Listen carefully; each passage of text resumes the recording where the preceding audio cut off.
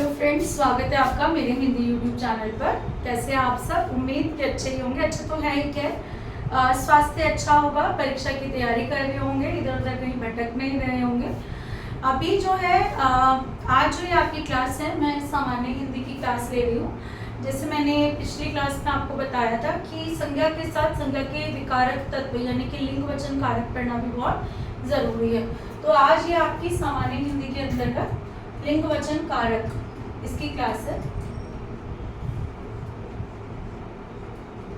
कौन कौन से लिंग वचन व कारक, ठीक है, इसकी क्लास है ये। अब जो है समझ लेते हैं लिंग वचन कारक। इन्हें हम संज्ञा के विकारक तत्व भी कहते हैं। विकारक तत्व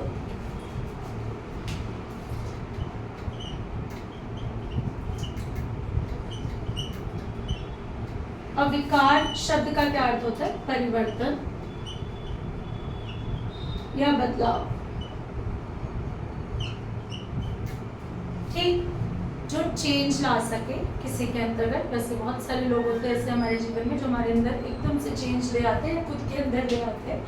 चलो कोई बात नहीं, यहाँ पर देखते हैं संज्ञा के विकारक तत्व। विकार का अर्थ है परिवर्तन या बदलाव। इसको ऐसे समझते हैं, मैंने एक वाक्य लिखा, लड़का बोल रहा है, ठीक है। यहाँ पर संज्ञा शब्द देखिए क्या है, यहाँ पर संज्ञा शब्द है लड़का, ठीक है। लड़का शब्द क्या है? एक संज्ञा शब्द है। मैं क्या कहती हूँ कि इसका जो है लिंग बदलकर इस वाक्य को दोबारा लिखे। तो हम क्या करेंगे, लिंग बदलने पर हम इसको कैसे लिखेंगे? लड़का से क्या बन जाएगा? लड़की, और हमारी क्रिया जो है वो बदल जाएगी, लड़की बोल रही है। मैंने बोला वचन बदल के लिख दो भाई, तो आप क्या करेंगे? लड़का शब्द को क्या बना देंगे? लड़के बोल रहे हैं। लड़कियां शब्द क्यों पीछे है? इसका भी वचन बोल दो, बदल दो, तो क्या हो जाएगा? लड़कियां बोल रही हैं। क्या देख रहे हैं हम? जब हम लिंग बदल रहे हैं तो क्या हो रहा है? लड़का जो संज्ञा शब्द अपने इस रूप में था वो अपना स्वरूप बदल रहा है, यानी कि परिवर्तन ला रहा है। किसके कारण? लिंग के कारण। लिंग क्या काम कर रहा है? संज्ञा में परिवर्तन लाने का काम कर रहा है। ऐसे वचन क्या काम कर रहा है? लड़के शब्द के स्वरूप में परिवर्तन लाया और लड़की शब्द के स्वरूप में भी परिवर्तन लाया। तो लिंग और वचन दोनों ही क्या करते हैं? संज्ञा के रूप में परिवर्तन लाते हैं, संज्ञा के रूप में परिवर्तन लाते हैं। तो इसलिए ये क्या कहलाते हैं? विकारक तत्व, ठीक है। क्या कहलाते हैं? विकारक तत्व। अब एक कारक, कारक भी विकारी जो है शब्द है।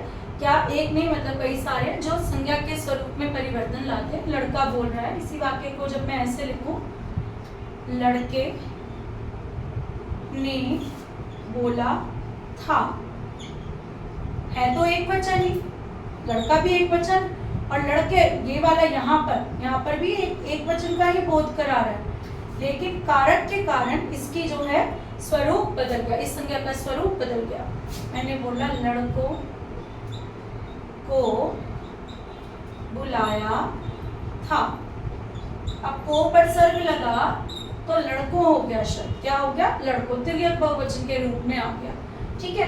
तो ये तीनों ही चीजें लिंग वचन कारक क्या करती हैं? संज्ञा के स्वरूप में परिवर्तन लाती हैं।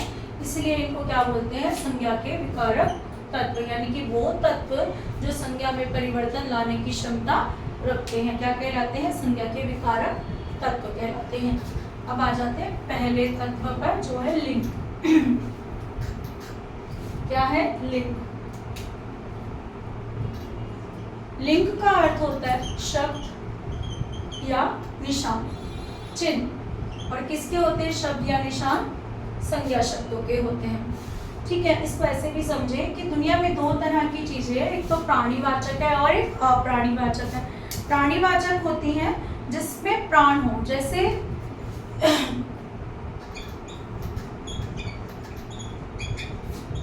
और अप्राणीवाचक।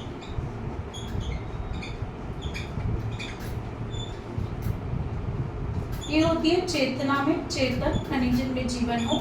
ये होती है जड़, जड़ मतलब जिसमें चेतना ना हो। इस वैसे इसके बहुत सारे अर्थ है जड़ शब्द के, मूल भी है और मूर्ख भी है, बहुत सारे। जिसमें चेतना हो वो प्राणीवाचक, जिसमें चेतना ना हो अप्राणीवाचक। इन दोनों के ही लिंग होते हैं, इन दोनों के लिंग हो सकते हैं। हिंदी में लिंग है दो तरह के, पुल्लिंग और स्त्रीलिंग। ठीक है, पुल्लिंग और स्त्रीलिंग।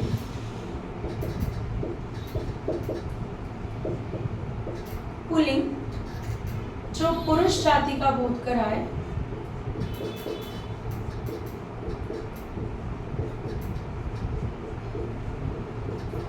और स्त्रीलिंग जो स्त्री जाति का बोध कराए, वो क्या होंगे? स्त्रीलिंग। ठीक है, यानी कि पुरुष और स्त्री कैसे पता लगाने कोई पुरुष है या स्त्री है? बहुत सारी चीजें हैं वैसे तो। जैसे इसमें जो है, जैसे विभिन्न द्रवों के नाम क्या होते हैं? पुल्लिंग होते हैं। नदियों के नाम स्त्रीलिंग होते हैं। इसके बाद हमें कहा जाता है पेड़ों के नाम पुल्लिंग होते हैं। ठीक है, अब जो है यहाँ पर बोला जाए तिथियों के नाम, विभिन्न तिथियां होती है ना, स्त्री पंचमी, षष्ठी इत्यादि। आज पंचमी है, आज एकादशी है, वो क्या है? स्त्रीलिंग होती हैं। विभिन्न जो है महीनों के नाम क्या होते हैं? पुल्लिंग होते हैं। लेकिन इसमें अपवाद भी होता है, अपवाद मतलब एक्सेप्शंस भी होता है। जैसे जनवरी, फरवरी, मई क्या है? स्त्रीलिंग शब्दों में गिने जाते हैं। ठीक है, अब इसके बाद जो है हम शरीर के अंगों के नाम विभिन्न क्या होंगे? स्त्रीलिंग होंगे। जैसे आंख, नाक इत्यादि, इसमें भी अपवाद है हमारे। ठीक है, कि पुल्लिंग भी होते हैं। अपवाद मतलब एक्सेप्शन, मोस्टली ये है, लेकिन इसमें एक्सेप्शन ये भी है। तो ये तो हो गए पुल्लिंग स्त्रीलिंग। इसके बाद जो है हम जितना अभ्यास करेंगे जो है हमें पता चलेगा कौन से शब्द पुल्लिंग है, कौन से स्त्रीलिंग है। जैसे गमला पुल्लिंग शब्द है, हमने बोला सीढ़ी स्त्रीलिंग शब्द है, मैंने बोला पर्दा पुल्लिंग शब्द है, मैंने बोला खिड़की स्त्रीलिंग शब्द है। कैसे पता लगाएं? इनके पीछे क्रिया लगाकर पता लगा सकते हैं जब समझना है। जैसे खिड़की खुली है, हम ये तो नहीं बोलते खिड़की खुला है, हम क्या बोलते? खिड़की खुली है। आप प्राणीवाचक के लिंग पहचानने में कई बार दिक्कत हो सकती है, लेकिन प्राणीवाचक जो संज्ञाएं हैं उनके लिंग सामने सामने पता चल जाते हैं। जैसे शेर क्या होगा? शेरनी हो जाएगा स्त्रीलिंग। मैंने बोला अध्यापक, स्त्रीलिंग क्या हो जाएगा? अध्यापिका। प्राणीवाचक है, साफ साफ पता चल रहा है कि क्या होगा, लिंग जो है ऐसे ही बदलेगा। मैंने बोला ठाकुर, लिंग क्या बदल जाएगा? ठकुराइन हो जाएगा। पंडित, पंडिताइन हो जाएगा, इत्यादि हो जाएंगे। ठीक, इसके बाद कुछ ऐसे भी शब्द हैं जो दोनों लिंगों में समान प्रयोग होते हैं, जो पुल्लिंग भी हो सकते हैं, स्त्रीलिंग भी होते हैं। जैसे राष्ट्रपति, राष्ट्रपति कौन है? अभी द्रौपदी मुर्मू, तो वो राष्ट्रपति ही कहलाती है, राष्ट्रपत्नी नहीं कहलाती है। तो राष्ट्रपति जो एक पद का नाम है वो स्त्रीलिंग पुल्लिंग दोनों के साथ चलता है। अंग्रेजी के जो पद हैं वो भी ऐसे ही होते हैं। जैसे वकील कोई भी हो सकता है, स्त्रीलिंग भी हो सकता है। असिस्टेंट है किसी का, वो भी पुल्लिंग भी। असिस्टेंट आ गई, असिस्टेंट आ गए। तो पदों के नाम स्त्रीलिंग पुल्लिंग नहीं देखते हैं, पद पद देखते हैं। तो वो क्या है? वो हम ऐसे ही लिखते हैं। इसके बाद जो है लिंग में पढ़ने का क्या होता है, लिंग में कुछ शब्द जो हैं हम लिंग बदलने को आ जाते हैं कि इसका स्त्रीलिंग रूप बताएं, इसका जो है पुल्लिंग रूप बताएं, ये तो समझ आता है। कई कई बार ऐसे भी शब्द होते हैं, जैसे मैंने लिखा मगरमच्छ, मैंने लिख दिया मक्खी, मैंने लिखा छिपकली, और अब बोला जरा इनके लिंग बदल दो। मगरमच्छ क्या होगा? मगरमच्छी, मछली, चलो मछली भी लिख लिया। ऑक्टोपस लिख दिया।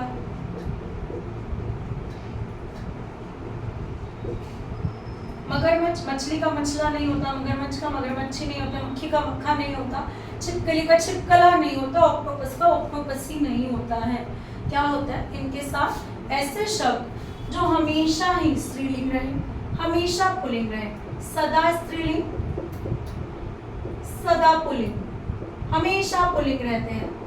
ठीक है, सदा स्त्रीलिंग। ऐसे भी शब्द होते हैं जो सदा स्त्रीलिंग रहते हैं, सदा पुल्लिंग रहते हैं। एक और है मच्छर, है ना, जैसे वो डेंगू जो है मादा मच्छर के काटने से होता है, मादा मच्छर ही काटती है। ऐसे भी जो है बहुत सारी चीजें, शायद मैं फैक्चुअल ठीक ना बोल रही हूँ बट ऐसा है। ठीक है, अब जो है अगर हमें अब कोई एक्सपेरिमेंट कर रहा है, उससे बताना ही है भाई, उसे रिप्रोडक्शन पढ़ाना है, उसे बताना ही पड़ेगा कौन जो है मछली जो है इसका लिंग बताना ही है।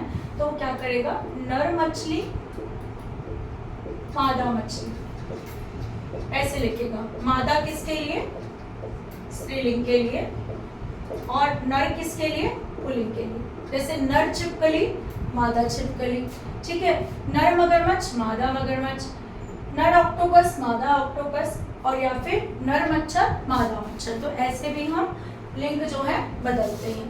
ठीक, अब लिंग बदलने के कुछ एक दो जो वर्तनी के नियम है वो जरा देखो।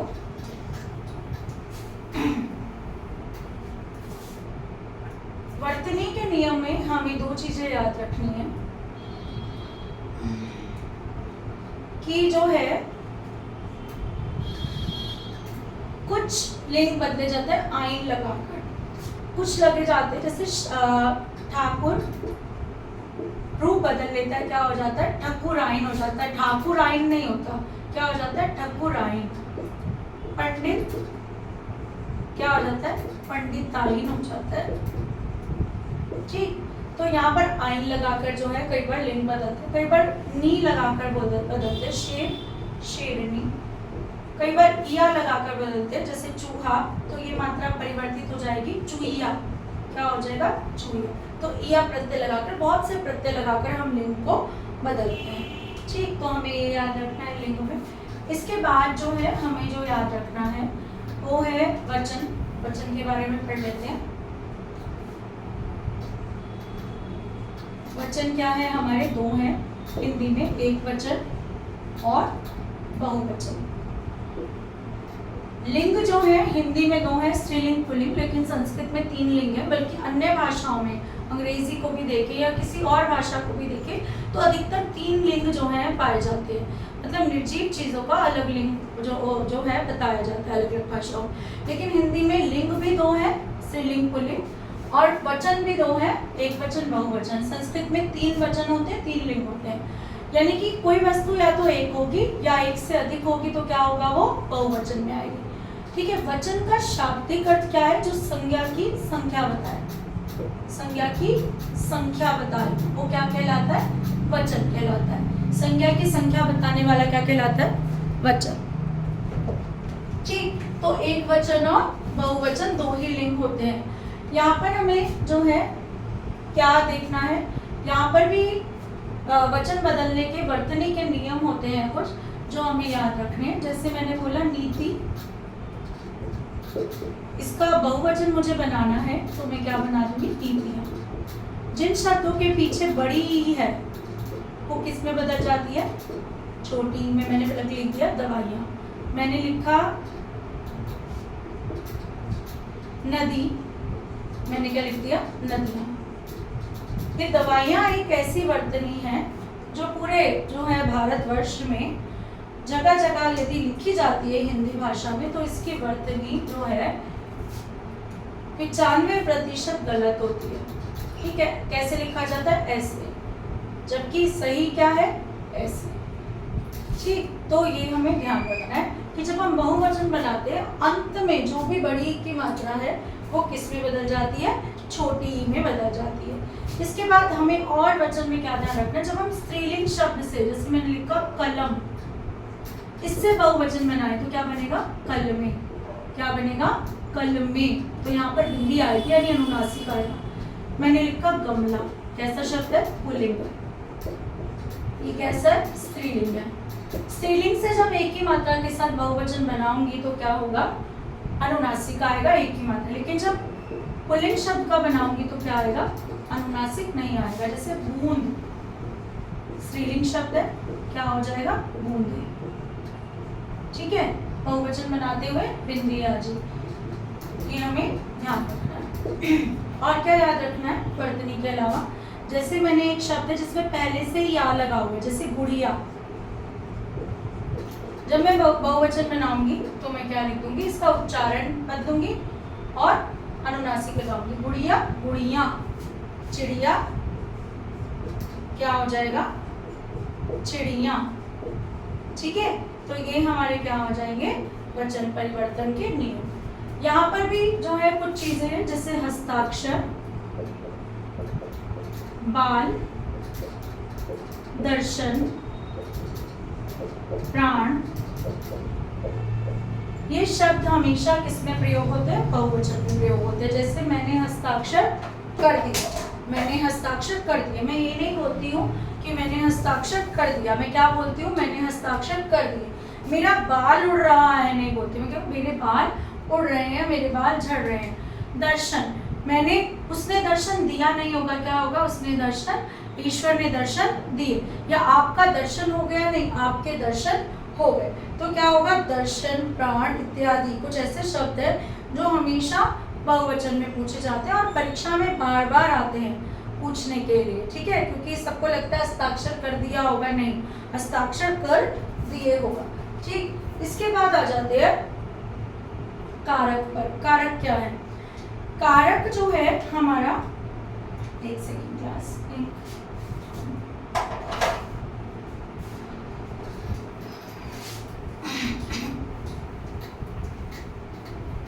मैं कुछ वाक्य लिखती हूँ, जरा पढ़िए और बताइए समझ आ रहा है। राम पुस्तक लाता है, साधारण वाक्य समझ आ रहा है कि राम एक पुस्तक ला रहा है। राम पुस्तक पढ़ी, रोहन राम पुस्तक दी।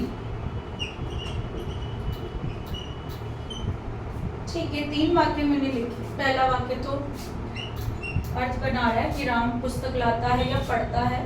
राम पुस्तक पढ़ी, ये समझ नहीं आ रहा, यहाँ पर किसी चीज की कमी लग रही है। रोहन राम पुस्तक दी, ये भी समझ नहीं आ रहा, यहाँ पर भी किसी चीज की कमी लग रही है। ठीक है, तो यहाँ पर क्या है, राम पुस्तक लाता है, सही है। राम ने पुस्तक पढ़ी, अब ये वाक्य समझ आ रहा है।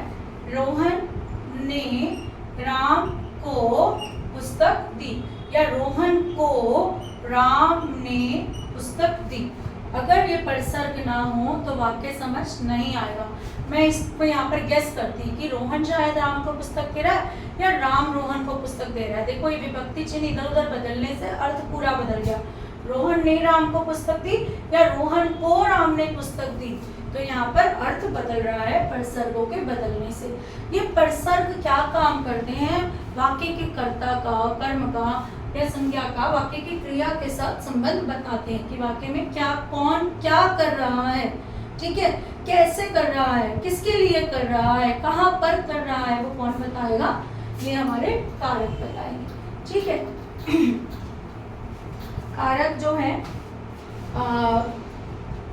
छोटे थे जब हमारे टीचर ने बहुत अच्छे से रट्टा लगवा दिया था किसी तरीके से। कर्ता ने 0, कर्म को 0, कर्ता ने कर्म को करण से या के द्वारा, ये मैं आपको विभक्ति चिन्ह लगा रही हूँ, समझाती हूँ। संप्रदान के लिए या को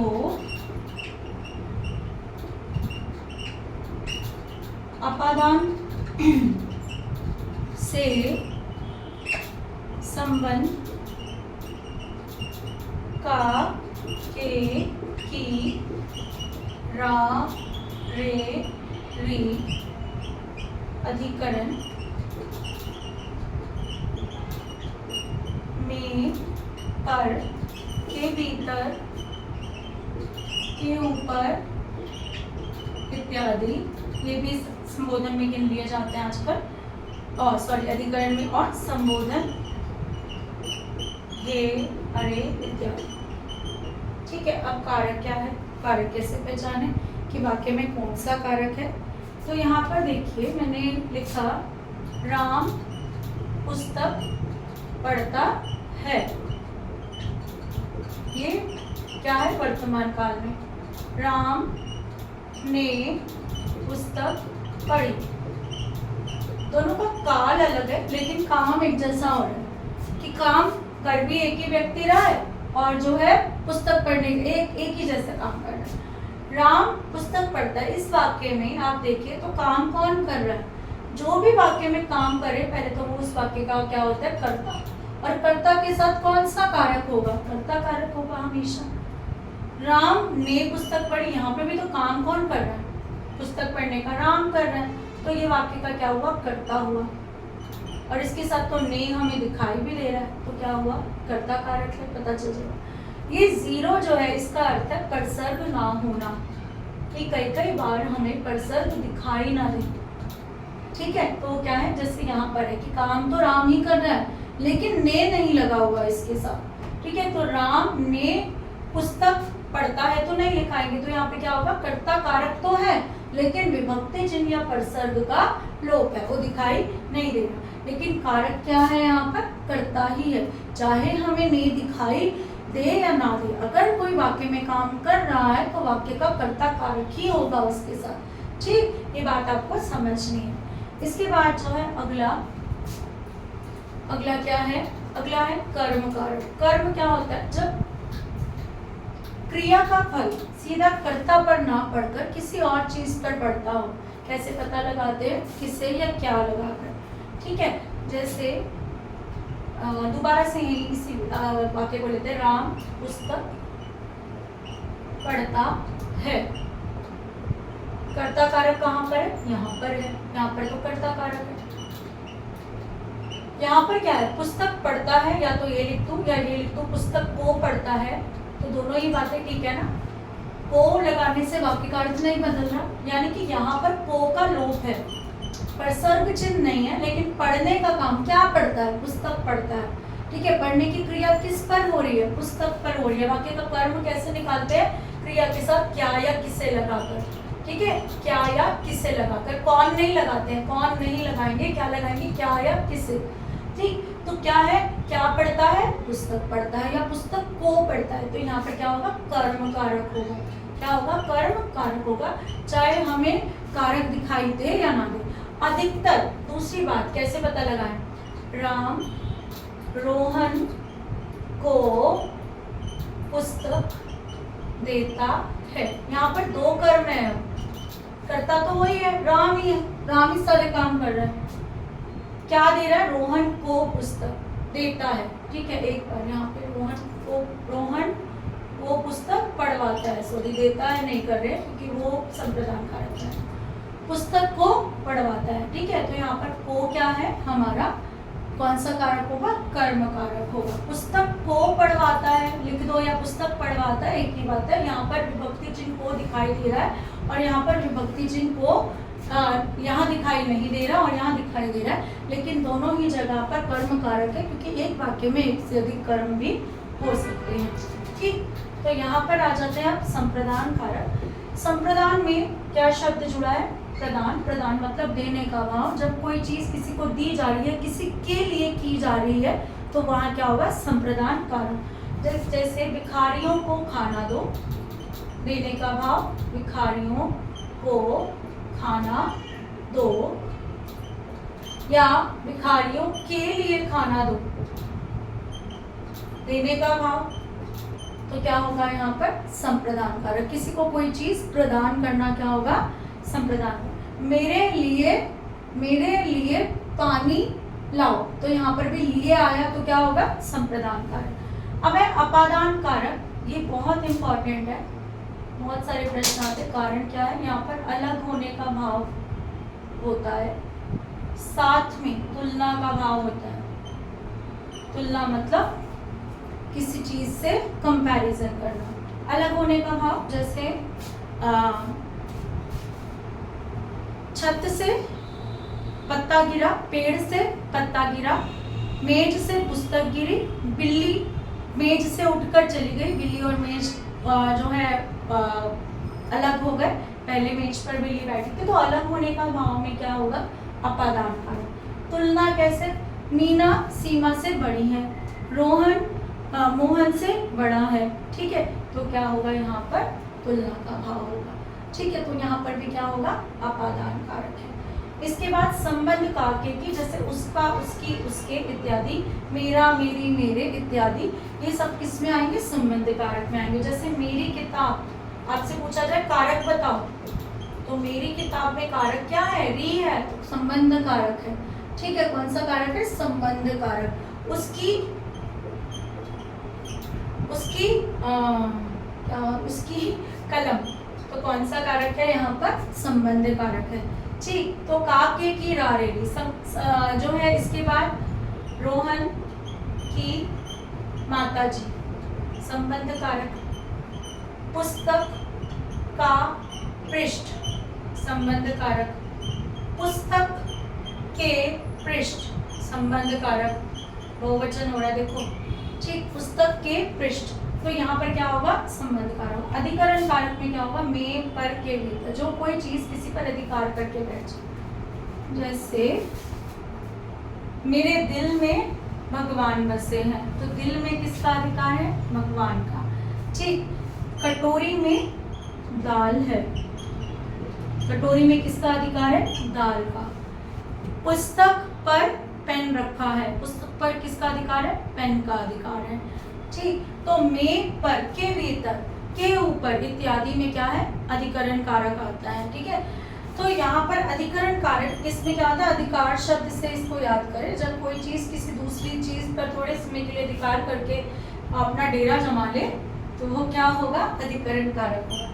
संबोधन कारक में क्या होगा? जब हम किसी को पुकारते हैं, चाहे किसी व्यक्ति को पुकारें या किसी ईश्वर को अपनी वेदना सुनाने के लिए, दर्द सुनाने के लिए पुकारें कि हे ईश्वर बस करो, अब मेरी सहायता कर दो, हे भगवान आ जाओ, प्रकट हो जाओ, या अरे तुम ये क्या कर रहे हो, तो संबोधन कारक। यानी कि जब हम किसी को संबोधित करते हैं तो क्या होगा? संबोधन कारक। दोबारा से पुनरावृत्ति करते हैं। कर्ता कारक, जब कोई काम कर रहा हो तो वहाँ पर कर्ता कारक ही होगा, कर्ता यदि है तो।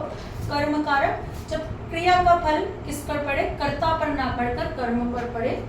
करण कारक, से या के द्वारा जब कोई चीज हमारे काम को आसान बनाती है तो वहाँ क्या होता है? करण की शायद छूट गया। करण कारक, जब कोई चीज हमारे काम को आसान बना देती है तो वो क्या होगा? करण कारक। यानी कि साधन की तरह इस्तेमाल हो। जैसे मैं पेन से लिखती हूँ तो मेरे लिखने के काम को कौन आसान बना रहा है? पेन बना रहा है। चाकू से फल काटती है माँ, तो फल काटने के काम को आसान कौन बना रहा है? चाकू।